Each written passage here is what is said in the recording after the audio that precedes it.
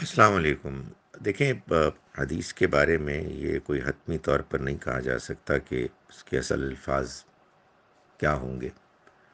ظاہر ہے کہ اس میں سند کی تحقیق تو سب سے ضروری ہے، کیونکہ اگر کوئی رسول اللہ صلی اللہ علیہ وسلم سے منسوب بات آپ تک پہنچنے میں ہی کچھ تردد اور اشکال ہے، تو پھر ظاہر ہے اس کو دین کی بات ماننے سے گریز کرنا چاہیے۔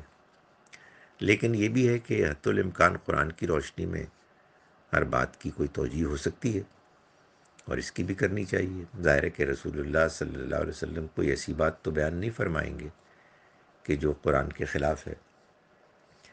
تو ان الفاظ میں حدیث تو نہیں کہتا، اس لیے کہ مجھے یقین نہیں ہے کہ آپ نے فرمایا، لیکن ان الفاظ میں جو بات بیان کی گئی ہے، اگر اس کو قرآن کی روشنی میں دیکھا جائے تو بات بالکل بن جاتی ہے کہ جب تک انسان اللہ سے توبہ کرتا رہے گا، اللہ تعالیٰ اس کو معاف کرتا رہے گا۔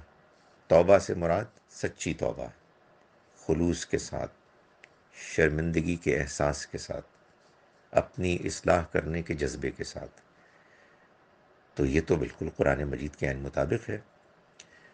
یہ بات کہ مجھے تیرے گناہوں کی کوئی پرواہ نہیں، یہ بات ٹھیک بھی ہے، لیکن اس سے غلط فہمی بھی پیدا ہو سکتی ہے۔ غلط فہمی تو یہ پیدا ہو سکتی ہے کہ انسان یہ سوچے کہ بھائی کھلی چھٹی ملی ہوئی ہے، کرتے رہو جو کرنا ہے۔ نہیں، توبہ کرنے والا ایسا کبھی نہیں سوچے گا۔ یہ ضرور ہے کہ انسان کی تمام تر خلوص کوشش کے باوجود گناہ ہوتے ہیں۔ اگر وہ ہو جائیں تو پھر یہ نہیں سوچنا چاہیے کہ اتنا بڑا گناہ ہو گیا، میں توبہ کیوں کروں۔ نہیں، آپ توبہ جاری رکھیے، اپنی اصلاح کی کوشش کرتے رہیں، شیطان اپنا کام کرے گا، ہماری کمزوریاں پھر سامنے آتی رہیں گی، پھر ہم توبہ کرتے رہیں گے۔ تو اگر اس طرح سے دیکھیں تو یہ بالکل صحیح ہے بات، لیکن اس کے نتیجے میں اگر انسان کے اندر اپنے اعمال کے بارے میں بے پرواہی پیدا ہو جائے، تو میں آپ کو بتاؤں کہ انسان توبہ سے محروم ہو جاتا ہے، توفیق سے۔ توبہ کی توفیق انسان کو ملتی ہے، اس توفیق سے محروم ہونا اس دنیا کی اصل میں سب سے بڑی محرومی ہے۔